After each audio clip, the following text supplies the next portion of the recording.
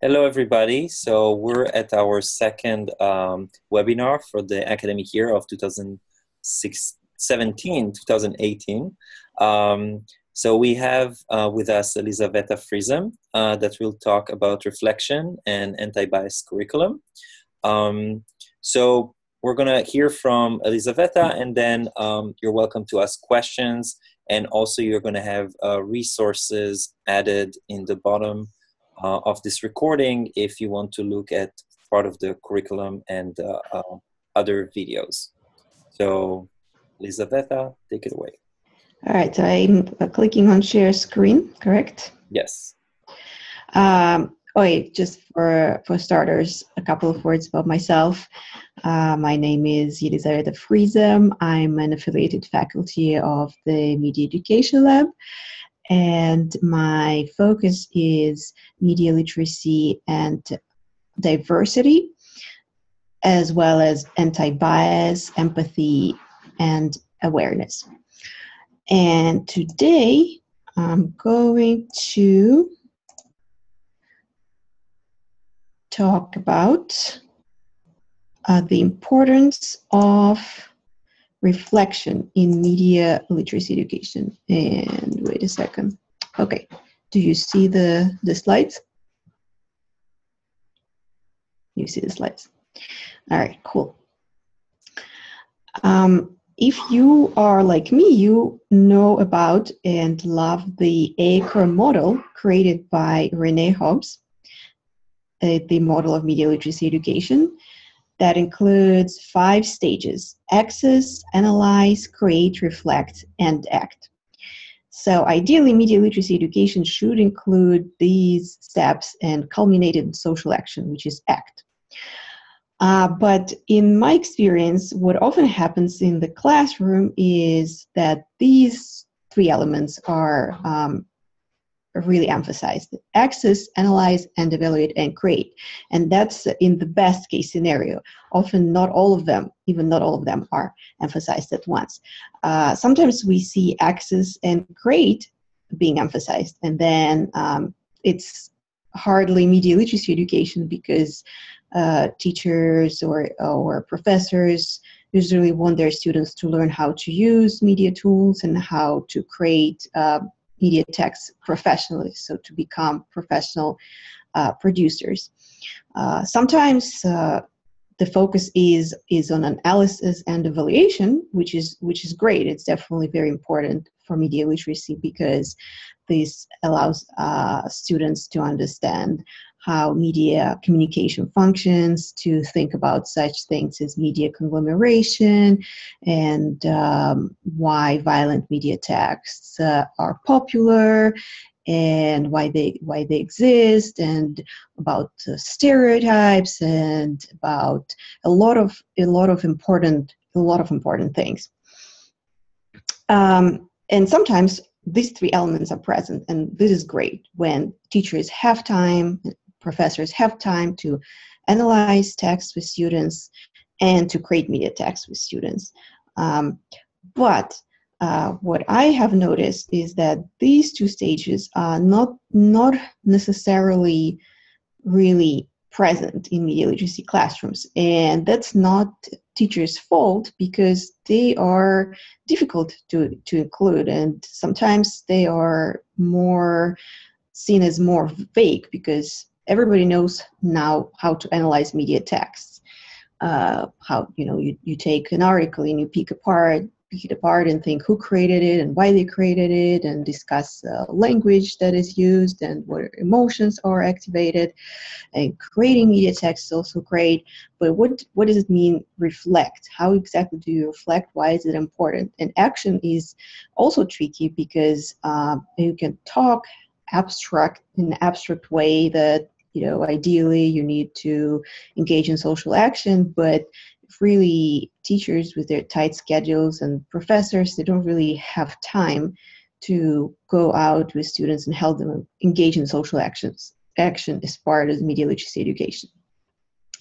Well, I believe personally that ACT the act element of the acre model or the social action is like a pinnacle or a climax of media literacy education, because it's not, you don't just learn to analyze media texts just for analyzing them, or you don't just learn to create media texts just to become very good at that. All these elements ideally should come together in order for us to be able to produce some positive change in the world around us. So after you go through all the stages, you should ideally be able, or your students should be able to engage in social action. So reflection is a very important element that is not always sufficiently discussed, but it is very important, and I'm going to explain what I mean by reflection in my understanding and how it can be done in media literacy classrooms. Well, sometimes reflection is present, but again, how should it be present? Is it just in the end of certain activities, you ask your students to reflect on what they have learned? And some teachers do that, and that's great. But I think that it should go deeper than that. And I think that oftentimes we discuss media as sort of them, some kind of them that can negatively influence us, or something that we can use for our benefit if we know how to do that. And this is the part of a story, because we do need to think about unequal power relationships and who has more power and how this power is used with media tools and media technology.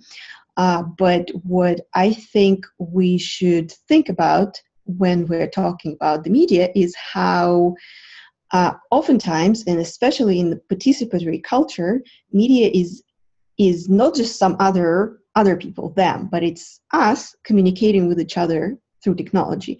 And as you're working with the students, it's important for them to realize that, because if they just think about the media as them, when they create their own media text, they keep thinking about in their head, it's just them, right? So they don't reflect on their own contribution to this whole whirlpool of media messages that we encounter on the daily basis. So I argue to be truly media literate, we need to understand ourselves, and that means also understanding others through ourselves and understanding ourselves through others. So it's kind of going philosophical at this point, because I think that because the media is actually it's part of our culture. It's an essential tool that we have now to communicate, and communication is a part of being human. So in order to understand the media, we need to understand what it means being human, with all its advantages and all its disadvantages. And it also means understanding what it means to be a part of the social system, because as we are working towards the ideal, the social change, it's partially about changing the system and partially about changing ourselves, because we are part of the system. So when we're working with students, it's important for them to understand that they are not just changing somebody else or something else outside of them, they need also to change themselves and the way they communicate through the media. So the essential question when we introduce the element of reflection is, how do flaws of human nature and culture manifest themselves through the media? Because as humans, we are really great, really interesting creatures, but we also need to take into consideration that there are certain flaws in our nature and our culture that persist, and that we need to deal with somehow in order to make our world a better place. For example, as we reflect, we need to think about what I like this term, mind bugs, and to think about how our perception of the world is flawed, and how these flaws of our perception manifest as we're communicating with each other. So they manifest themselves as we are communicating with other people, and as other people are communicating with us. An example that I really like giving is this illusion, optical illusion.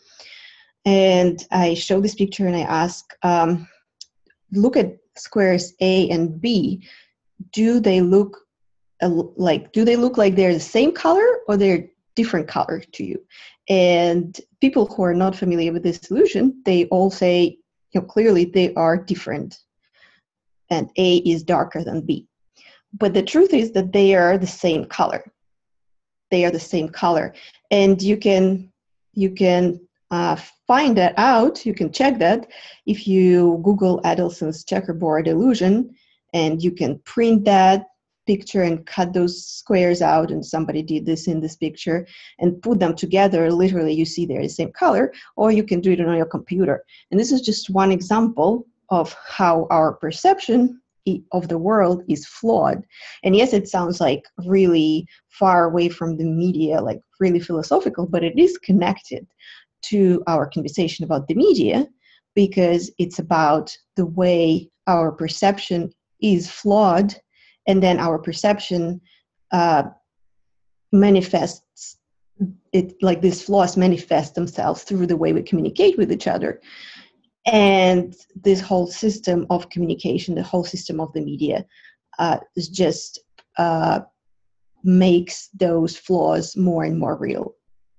Another thing we can discuss with our students is how it's a human nature to simplify things in order to understand them. We live in a really chaotic world, and we constantly simplify things with this world around us in order to understand it.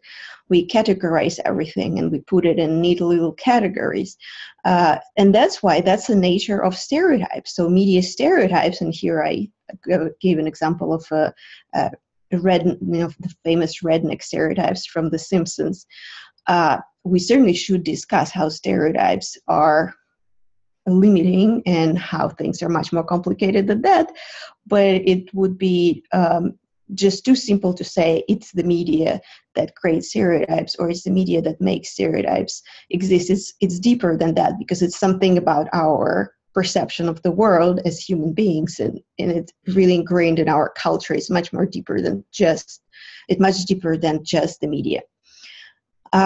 There are so many different biases. I'm not going to talk today about all of them.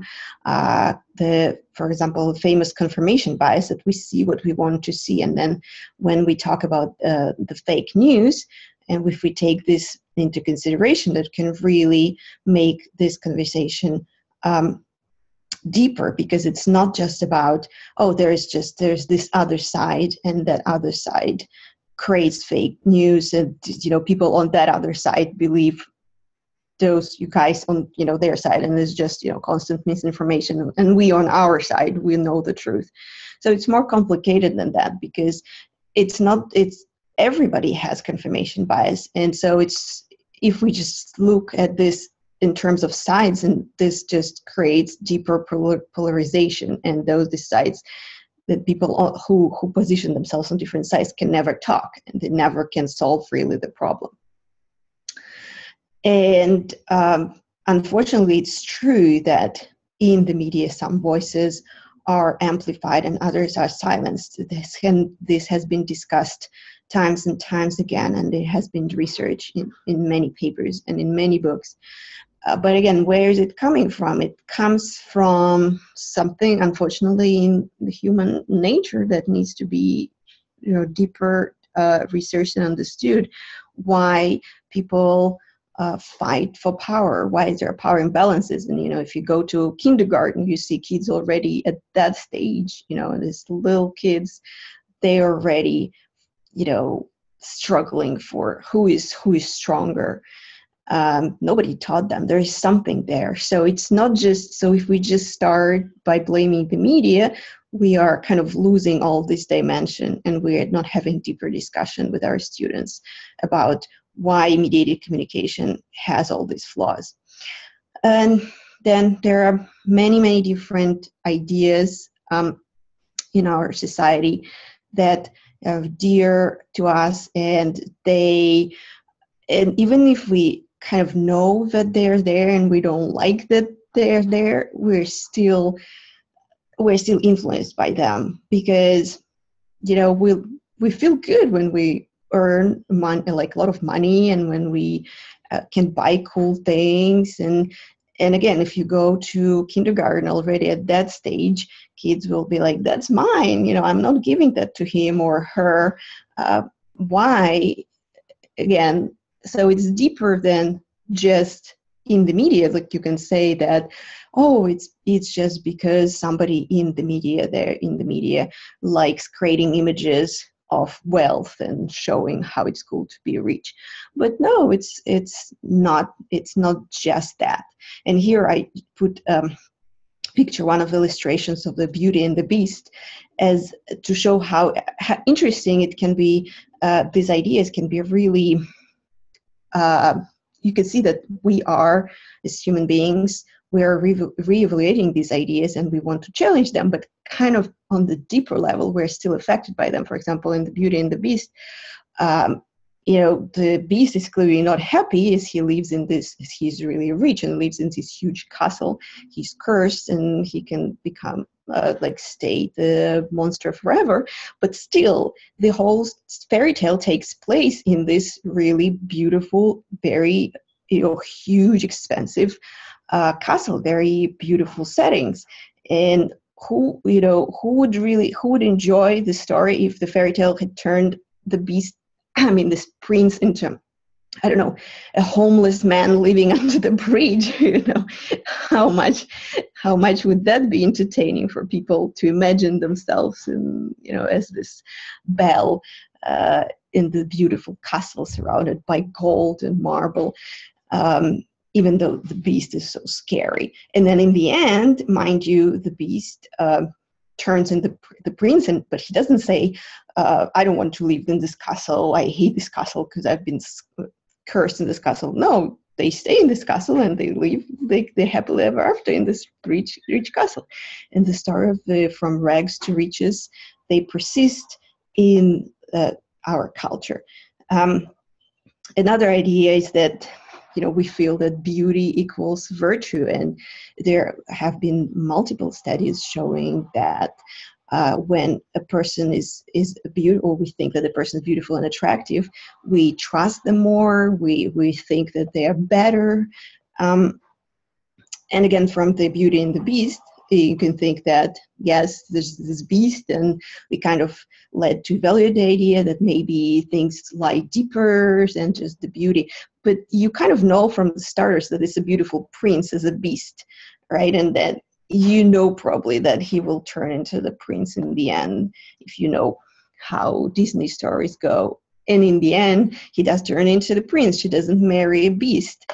And you don't really see her, yes, they dance together, but you don't really see her that much, being close to the beast. It's the prince that she's going to be happy with. So again, we can say that it's somebody else, it's those other people who are creating or perpetuating these ideas. And maybe in the past, this argument would stand, although I would argue that things are still more complicated than that.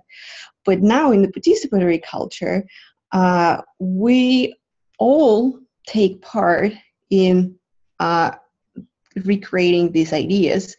And again, it's not about saying, oh, it's them it's their fault or it's our fault. It's about reflecting on why these things, these ideas exist, or why these misperceptions exist, and thinking about our nature as human beings, and how it also manifests in our culture. I created 3 lesson plans that you can find on the Media Education Lab website. And where is it? Okay, cannot open it right now. Who's going to? I know I can. So Media Education Lab. So if you go to Media Education Lab and you go to Teaching Resources, and here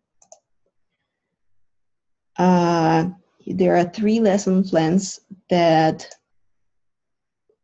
can help you discuss with your students some of these things.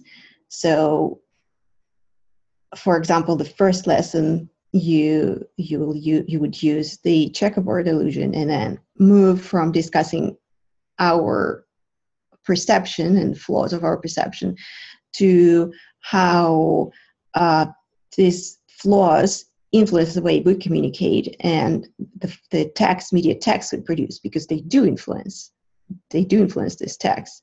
And then another way to talk with your students about their biases or flaws of their perception would be to have them take the implicit association test created by Harvard scholars. It's a really cool test. It's free. And this allows you to talk about our tendency to categorize people, put them into different groups, and attribute certain characteristics to different groups. And again, ask your students how that can influence media text that others produce, but how can it also influence media text that you produce? And because most people have those implicit biases, for sure, the way we communicate with each other, with the media, without the media, would be affected by those biases. And then the third lesson, you would have your students create the media text themselves and reflect on what they've learned even further.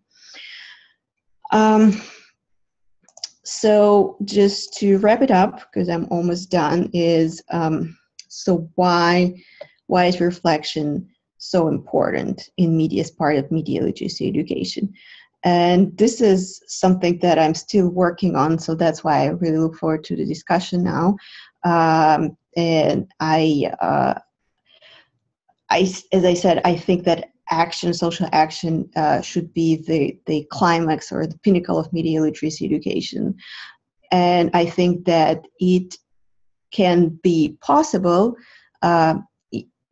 if we are aware of social problems. This is the first step, and we understand how they manifest themselves through mediated communication, but also as we become more self-aware and understand how we, through these flaws of our nature and a culture that we are engaged in, we sort of participate in the social system with all those flaws. So it means that things are much more complicated than just saying it's them, it's the other side, it's the media who needs to be changed. It's also about us, about understanding ourselves and changing something in ourselves. And then through the self-awareness, we can more effectively engage in social action, because social action should be about working with others. It's very difficult to change the social system because it's so complex and we're so tiny in it, so we need to collaborate with others. But this collaboration is possible if we understand not only ourselves but others better. So we need this other element, empathy, and self-awareness is essential for that, because once we stop just blaming the other side and saying, well, we are smart and we are good and we will never create those fake news or those stereotypes, but we will say, well, wait a second, I might actually engage in those same things, just because I'm human, and unfortunately, as a human being, I err, I make mistakes. So I need to understand better those other people and don't just see them as, morons and mean, evil people who are, I don't have to do anything with. I need to understand the other side.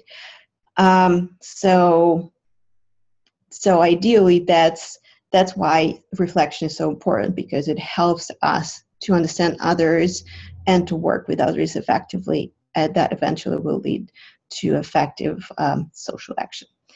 And that's the end of the story.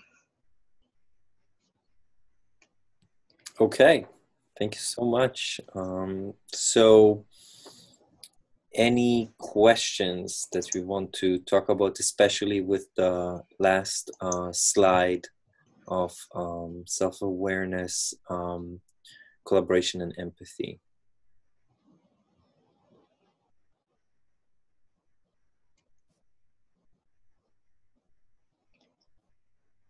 Silence. Yes, I have a question, but I want others to start, and then I'll ask my question. I was just looking for some clarification. So is that last slide with the ACE acronym the way that you see action being able to happen? Yes, I think that certainly, media analysis and creation are all parts of the solution. But I guess for me, because I'm focusing in my research recently so much on reflection, and I was trying kind of to think like, how do you explain why reflection is so important? And I was just playing with that, and I liked this acronym. So I figured, I wanted to show that apart from just being able to think about, let's say, flaws of media industry, which exists certainly. I don't want to say let's just sit and analyze them ourselves. No, we need to keep asking those really important questions about why some people have more power to express their opinions and others don't. Why, and how those people who have the power, how they're using this power, and how do we hold them more accountable, and all these questions. But I'm in my research, I'm really focusing on reflection, and that's so this I hope it wasn't too confusing because I just put it in the last slide, but it's something that I've been working on fairly recently, and I felt that I already talked enough, so I just wanted to give you a glimpse of it. Great, thank you. Can you share again the slide, so when we talk about it, we have it in front of our okay.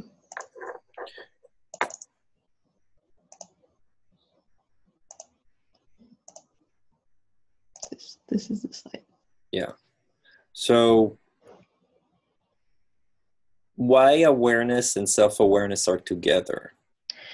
Well, first, I wanted just to say awareness, but then I added self-awareness because I wanted to clarify that awareness means awareness about other things. I think that in order to create positive change, we need to first of all be aware of that this change is necessary, right? So we need to be aware that there are some problems out there, right? So I was just talking about awareness in this acronym, but then I thought, wait a second, it's not really clear, because you can think that it's just about thinking about those problems.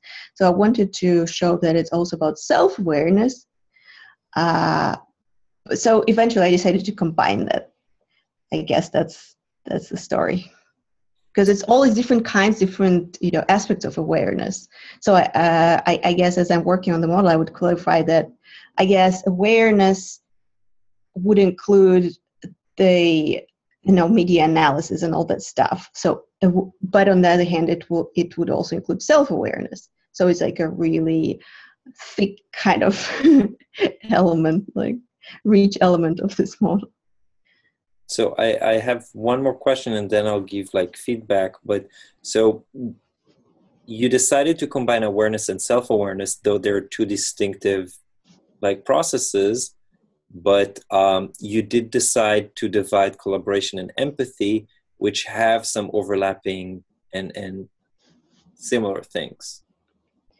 Yeah, well, that's a good question, and I guess I need to think more about that. But I just wanted to, still awareness and self-awareness, they're have the same word behind them, awareness. So you can say aware, I'm aware, meaning either aware of something outside of you or of something inside of you. So that's why, I just used one, use it for one element. But then empathy and collaboration is sort of different, because you need to, you need empathy not only for collaboration but for different things, and collaboration also includes other elements, like you need to be able, for example, to articulate your ideas clearly or to listen to others, which kind of includes empathy, listening to others. So I felt like these are more different or distinct, so I put them separately. Liz? I think that's a good thing to question. I can definitely see how awareness and self-awareness are kind of like a first step, and then second level once you do that reflection. Do you think self-awareness might also be kind of just like identity? I think probably, I mean, I put them in this order, but I do think that they don't have to happen like in this order. They can be circular, like you are becoming more aware and then you start emphasizing with others and working with them. And as you're working, you're learning more about them, you're learning more about yourself. And yes, certainly it's about your identity, like you are thinking about who you are and why you think you are this or that kind of person. Like this also connects to, you put yourself into certain boxes and you put others into certain boxes, and others put you into boxes and they put themselves into boxes, because this is what we do. Like we categorize, we define ourselves according to certain characteristics and certain labels that we have. And yeah, so these elements would, they kind of would be mixed ideally all the time and kind of develop as a spiral, sort of. Carolyn?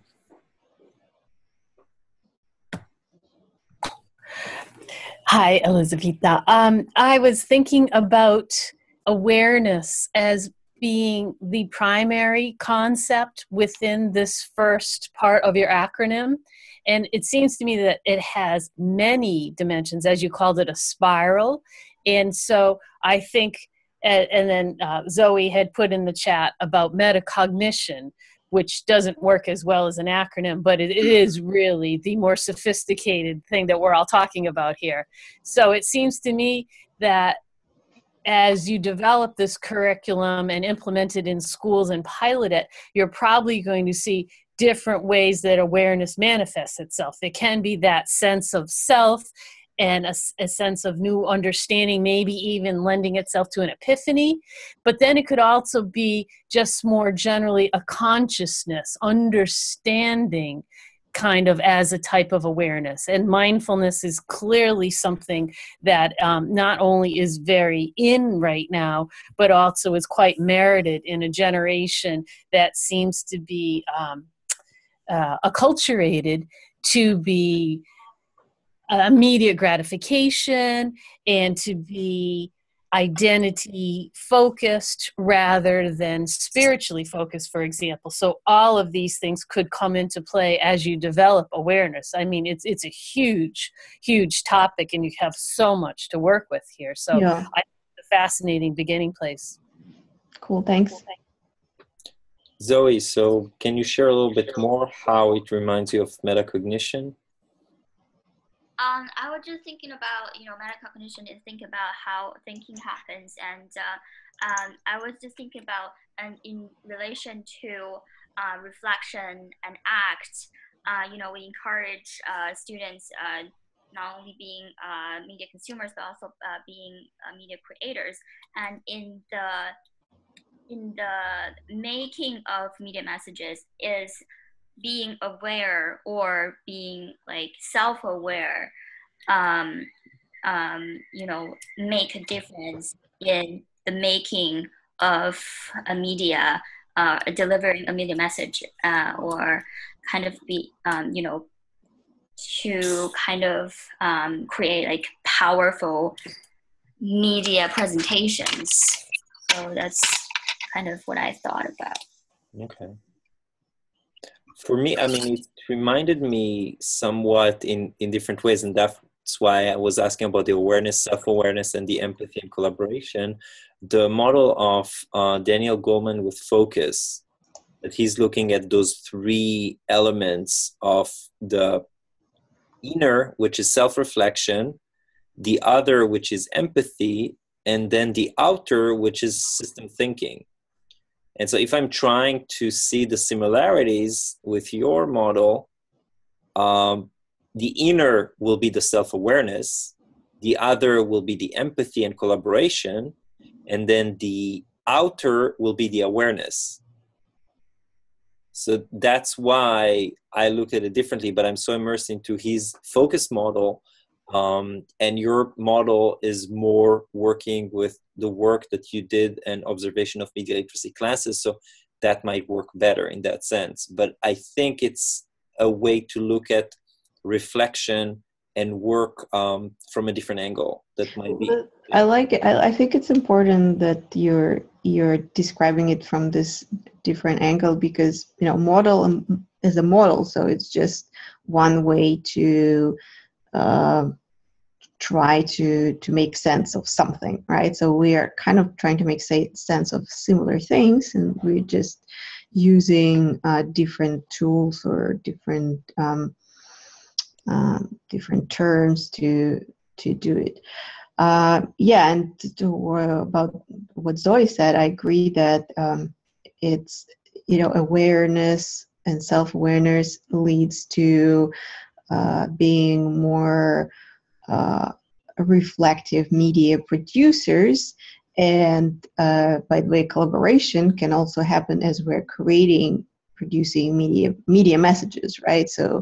So I'm also kind of trying to use René's model to, I guess, kind of project, kind of explain how it could be compared or projected on my model, kind of comparing them, because the create element would be in the collaboration, and the empathy and self-awareness would be in the with reflection, and then awareness would be in analysis and evaluation. So, I mean, I of course would like to see empathy in each one of those stages, but that's just me. But as I said, it's not like it's a model, right? So it's not just first you just become aware and then you become self-aware, and that's you empathize, and it's just things are happening. It's like at the same time, right? So you're learning these things at the same time. So you can say in a way that is empathy is in every stage, and awareness is in every stage, and self-awareness in every stage. This is ideally how it should be. I'm just trying to use separate words, and that's why it suddenly, looks like that. So, I mean, we have like 10 more minutes. I would like to invite Caroline, Zoe, Liz to share with us and to see the connection of exercise that you had with students or with people that you did some work on media literacy, that you had like a meaningful reflection, why reflection is really valuable to media literacy practices, and kind of connect to, was there awareness, self-awareness, collaboration, empathy? Can you see this like experience you had with this example of reflection with one of your students related to the work that Elizaveta was sharing with us today? Well, I'll start. I've done a lot of reflection with my students over the years, and I always look back to something that a mentor teacher taught me and other new teachers years ago, that students really won't engage in skills and structures implementation unless you make them do it. So at the end of units, I would give a series of driving questions from which they would choose, and they would use them as a guide to constructing a formal composition. Now, yours, Elizaveta, does not have to be print-based. Of course, it could be image-based, or it could be a video. But I do feel providing questions that lead toward a particular kind of thinking is always helpful. And you could make them optional. but I think it helps people to be reflective and to narrow that reflection if they can be guided to think in particular ways. So that would be one thing that I might recommend. Can you give like example of what those questions would sound like? Oh, sure. Looking back at your engagement in the unit, how fully did you engage? If you could do it again, what would you do differently? What do you now think about this concept that you didn't know at the beginning of the unit? What advice would you give to somebody else if you were to be asked to teach this to a student 2 years younger than you? If you could advise the teacher a way to teach this unit differently to next year's class, what would it be? All those kinds of questions. And then they can pick and choose the ones that speak to them. Great, thank you. I think I'm frozen. No, you're coming in and out. We hear your voice, but the picture was coming like sometimes frozen, but we heard everything. So, and I can totally see in those questions how the awareness, self-awareness, collaboration, and empathy can be practiced. So it's great, like questions at the end of the unit to practice those elements. Liz? Sure. I would say a lot of my experience has been with workshops that are maybe an hour or so long. So, you know, it doesn't go on over like a span of weeks or multiple days. And so I can see how your initial kind of problem that you identified is that you only really get through those first 3 stages a lot of times with the access, the analyze, and create, which is all very valuable. But I honestly have had trouble within that time frame to get to the phase of reflection too. But the place that we can do that is in, you know, a simple written survey response. Sometimes it's all the juice that's left in participants. But we have seen actually really good, insightful reflection just from simple open-ended survey questions about, you know, what did you learn today, and you know, what was your favorite part of this program. So definitely, I think you're stressing the importance of those last 2 facets of the whole process is really important, even when you do have a short amount of time. Thank you, Liz. Zoe? I mean, one thing I can think of is, you know, Yanti, our Give Me 5 project, we always have a reflection with the students. I remember very clearly once we had the Providence School of Deaf students joining us, and the reflection and the kind of conversation between the deaf students and other students, and in the conversation of making a film, I mean, doesn't really connect to kind of social justice kind of topics, but I do think there are kind of, you know, reflective thinking and sympathy that are happening. Yeah. I can add to that yes, the Give Me 5, and especially what we experienced last year with the Rhode Island School of Deaf, was amazing how they provided each one feedback and how it was insightful and helpful for them and engaging them into another filming activity. So that was a great experience. There's a question from Carolyn that asked about if the curriculum will include series of resources for teachers. So I want, Elizaveta, for you to have time to answer, and if you want to close the webinar and give us your kind of closing remark with the reflection of everybody. Resources for teachers. Well, as the 3 lesson plans that I have created, they have three main resources, and it's just the beginning of my work. So it's going to I'm going to develop that, and it's a great question. So I need to think about more resources. So basically, the first resource is this checkerboard illusion, right? That they can find and they can use to start conversations with their students about some flaws of our perception, and then connected to flaws of communication, and then connected broader to the media and how things that we create as media producers can be flawed because our perception as human beings have these certain flaws. Then the second resource is the implicit association test that is also available online, and it's easy to use. It's very interesting. And then you go in the lesson plans. If you go and open them, they describe where to find it. And if you go to the website where it's located, you can find some additional explanations about this test and how it works, and that prepare you for it. And then once you take it, you have some help to interpret it. And there's also but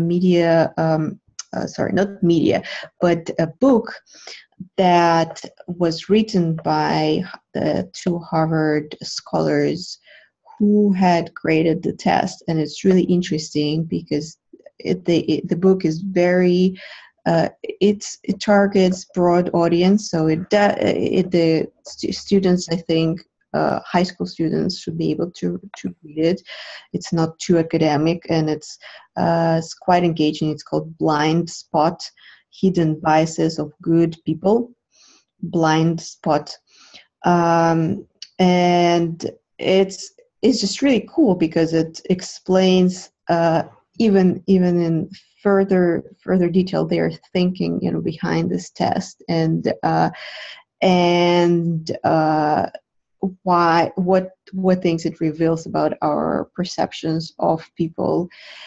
And it's quite easy to connect that to the whole discussion about stereotypes in the media and limitations of portrayals of different social groups in the media that certainly exist, right? But this allows us to talk about why they exist beyond this conversational, like, oh, there are some people who don't understand, or they just want to keep their power, and that's why they keep creating those texts. So things are more complicated than that because it's something about our biases that all of us have, and then after they take this test, they further understand those biases.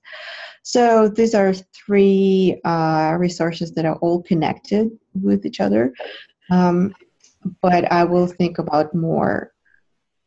My experience is that, first of all, this is such a powerful and timely unit. It's really, really needed at this moment in our national discourse. We have a president in office for the first time, probably in our whole democracy, that is blatantly racist. And so we absolutely need this curriculum.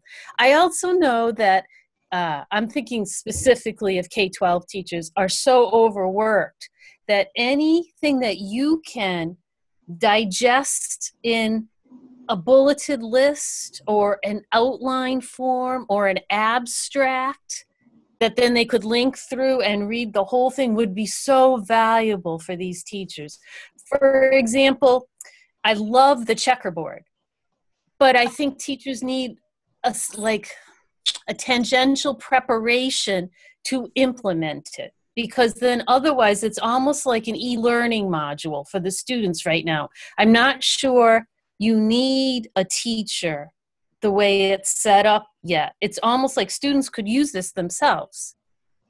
So just to think about maybe having two audiences. One is the teacher and then one is the student, and maybe not all sources are available to all audiences. Well, I agree that the students can themselves certainly just find this and do it. But I do think if you open my initial lesson plans, in the first lesson plan, I have questions for discussion. So the discussion questions, I think you need like the whole class and the participation of the whole class for that. So I think this element is more, targeted for teachers to use in the classroom. So we arrived to the end of our hour, and I want to thank everybody who participated. We had a very important discussion about the importance of reflection that a lot of the time is neglected in media literacy. And it's just the beginning of a discussion about how we can use reflection. So thank you, Elizaveta, for sharing the work that you're doing and the research. And I invite everybody to join us on October 9th. Renee Hobbs will introduce her new book, Create to Learn, that was just issued, and walk us through how it can be used and what are the ways to use it with the new website that is accommodated with it. So thank you very much, and we'll see you in the next webinar.